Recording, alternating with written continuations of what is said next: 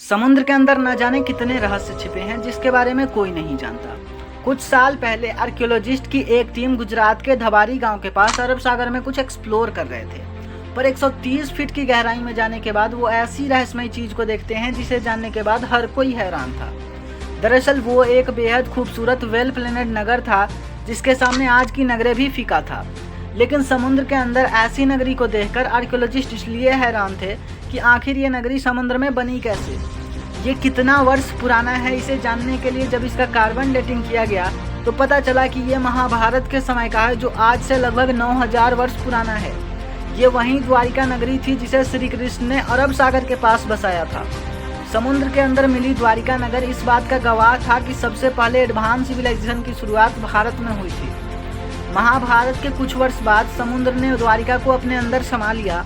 हालांकि द्वारिका के डूबने से पूर्व सारे यदुवंशी मारे जा चुके। समस्त यदुवंशी के मारे जाने और द्वारिका के डूबने के पीछे का दो कारण था। पहला, माता गांधारी द्वारा श्री कृष्ण को दिया गया श्राप। महाभारत के युद्ध के समाप्ति के बाद जब युधिष्ठिर का राज तिलक हो रहा था, तब कौरवों की माता गांधारी ने महाभारत युद्ध के लिए श्री कृष्ण को दोषी ठहराते हुए श्राप दिया।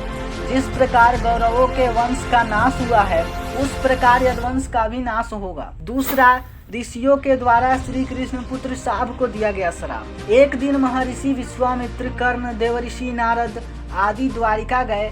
वहां यादव के कुछ नव युवकों ने उनके साथ परिहास करने का सोचा और श्री कृष्ण पुत्र शाप को स्त्री भेष में ले जाकर पूछा कि इसके गर्भ से क्या उत्पन्न होगा। ऋषियों को लगा कि ये हमारा अपमान कर रहा है और वे क्रोधित होकर शाप को श्राप दिया कि ये लोहे का मुसल उत्पन्न करेगा जिससे समस्त यदुवंशी का नाश हो जाएगा। जब अर्जुन को पता चला तो वो दौड़कर आए, लेकिन तब तक सब कुछ खत्म हो चुका था। पूरी द्वारिका आग में जल रही थी। अर्जुन ने जैसे तैसे करके लोगों को बाहर निकाला। द्वारिका नगर खाली होने पर हमेशा हमेशा के लिए पानी में समा जाती है। द्वारिका को लेकर लोग अक्सर कंफ्यूज रहते हैं।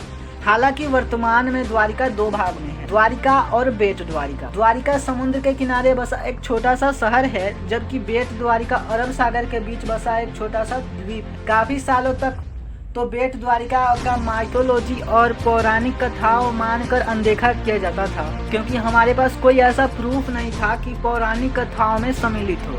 साल 1920 में अरब सागर में द्वारिका के कुछ अवशेष मिले, फिर 1963 में भी कुछ अवशेष मिले। आखिरकार 1983 से 1990 के बीच underwater archaeologist doctor SR Rao की और उनकी टीम ने इस मिशन को कंप्लीट करने का सोचा और उन्होंने लंबे समय तक खोज करने के बाद इस खूबसूरत नगर को खोज निकाला। लेकिन यह श्री कृष्ण की द्वारिका नगरी है, इसे प्रूफ करने के लिए उसने मेजर करना शुरू किया कि ये कितने एरिया में फैला हुआ है।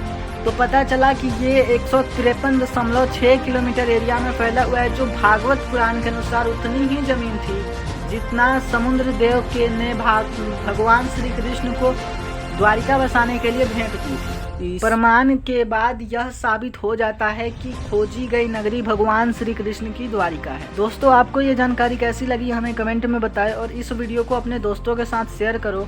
ऐसे इंटरेस्टिंग फैक्ट्स के लिए इस चैनल को सब्सक्राइब कर सकते हैं।